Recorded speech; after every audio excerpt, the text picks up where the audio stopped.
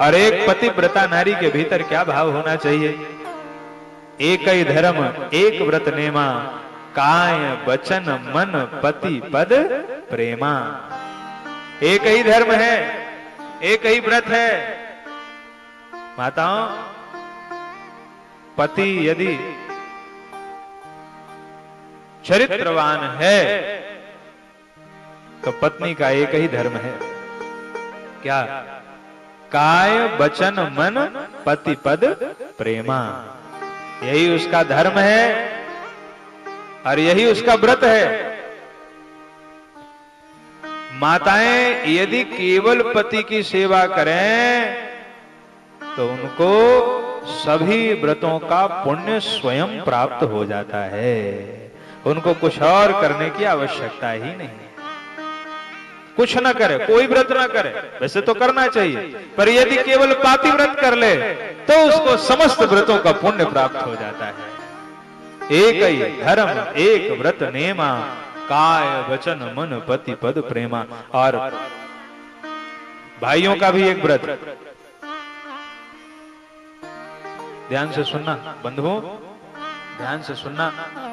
जो लाइव सुन रहे हैं देश विदेश में वो भी ध्यान से सुनना।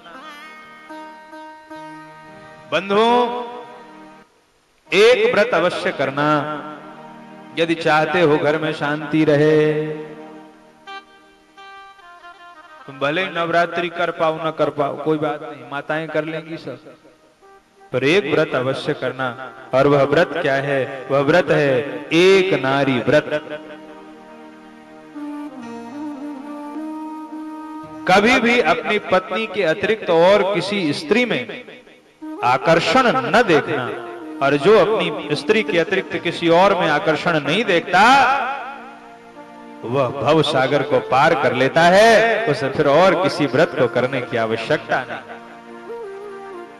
भगवान राम जब राजा बने, भगवान राम ने एक नारी व्रत का पालन किया और अपनी समस्त प्रजा से इस व्रत का पालन करवाया।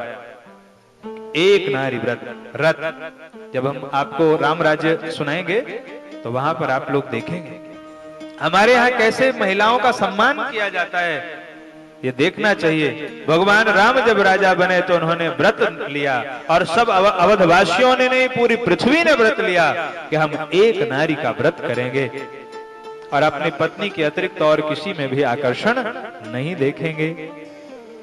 बोल भक्तवत्सल भगवान की जय। तो माता सती